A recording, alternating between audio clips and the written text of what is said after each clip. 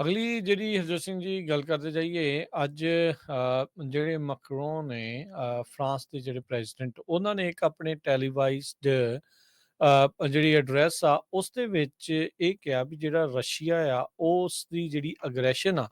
ਉਹ ਕਿਸੇ ਬਾਰਡਰ ਦੇ ਨਾਲ ਰੁਕਣ ਵਾਲੀ ਨਹੀਂ ਆ ਉਹ ਕਿਤੇ ਵੀ ਅੱਗੇ ਜਿਹੜੀ ਉਹ ਵੱਧ ਸਕਦੇ ਆ ਉਹ ਕਹਿੰਦੇ ਵੀ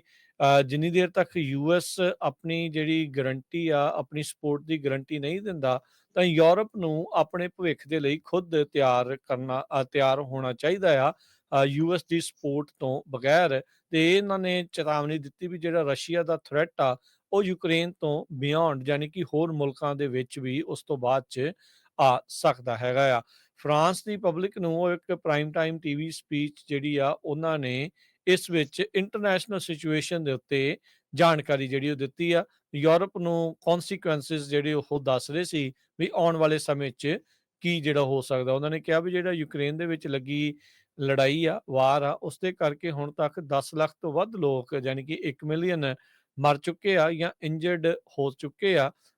ਅਤੇ ਉਹ ਕਹਿੰਦੇ ਵੀ ਉਸੇ ਹੀ ਇੰਟੈਂਸਿਟੀ ਦੇ ਨਾਲ ਚੱਲ ਰਹੀ ਆ ਜਿੱਦਾਂ ਇਹ ਸ਼ੁਰੂਆਤ ਹੋਈ ਸੀ। ਜਦ ਲੜਾਈ ਦੀ ਸ਼ੁਰੂਆਤ ਹੋਈ ਸੀ ਉਦੋਂ ਯੂਐਸ ਦੀ ਪੋਜੀਸ਼ਨ ਥੋੜ੍ਹੀ ਵੱਖਰੀ ਸੀ ਤੇ ਉਹਨਾਂ ਨੇ ਆਪਣੀ ਜਿਹੜੀ ਇਸ ਵਾਰ ਨੂੰ ਲੈ ਕੇ ਜਿਹੜੀ ਪੋਜੀਸ਼ਨ ਆ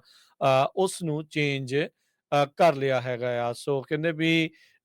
ਦੁਨੀਆ ਇੱਕ ਨਵੇਂ ਐਰਾ ਦੇ ਵਿੱਚ ਹੁਣ ਜਾ ਰਹੀ ਆ ਤੇ ਆਪਾਂ ਮਹਿਜ ਇੱਕ ਆਡੀਅנס ਮੈਂਬਰ ਜਾਂ ਸਪੈਕਟੇਟਰ ਬਣ ਕੇ ਇਸ ਨੂੰ ਇਦਾਂ ਹੀ ਜਿਹੜਾ ਉਹ ਨਹੀਂ ਦੱਸ ਸਕਦੇ। ਤੇ ਉਹਨਾਂ ਨੇ ਕਿਹਾ ਵੀ ਫਰਾਂਸ ਤੇ ਯੂਰਪ ਉਹ ਯੂਕਰੇਨ ਦੀ ਮਦਦ ਕਰਦੇ ਜਿਹੜੇ ਉਹ ਰਹਿਣਗੇ ਤੇ ਉਨੀ ਦੇਰ ਤੱਕ ਰਜਿਸਟ ਕਰਨਗੇ